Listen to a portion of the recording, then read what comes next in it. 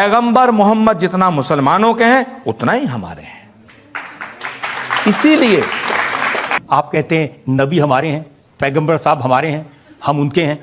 अवतार किसी एक कम्युनिटी के लिए नहीं आता, किसी एक जाति के लिए नहीं आता, किसी एक राज्य के लिए नहीं आता, किसी एक वर्ग के लिए नहीं आता। और माफ करना, वो तो देश की सरहद में भी उसे बांधा नहीं जा सकता है। पूरी दुनिया में, पूरी कायनात के लिए आए हैं, तो उन पर किसी एक व्यक्ति का हक नहीं है। वो जितने आपके हैं उतने हमारे हैं।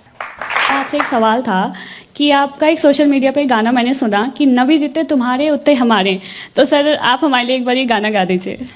वो मेरे द्वारा लिखी हुई एक नज्म का हिस्सा है जो मैंने प्रॉफिट मोहम्मद साहब के लिए लिखा उनके बर्थडे पे। और सुने, मेरे सीने की धड़कन है, मेरी आंखों के तारे हैं,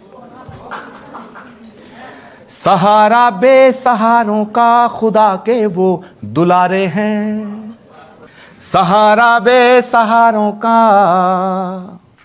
खुदा के वो दुलारे हैं।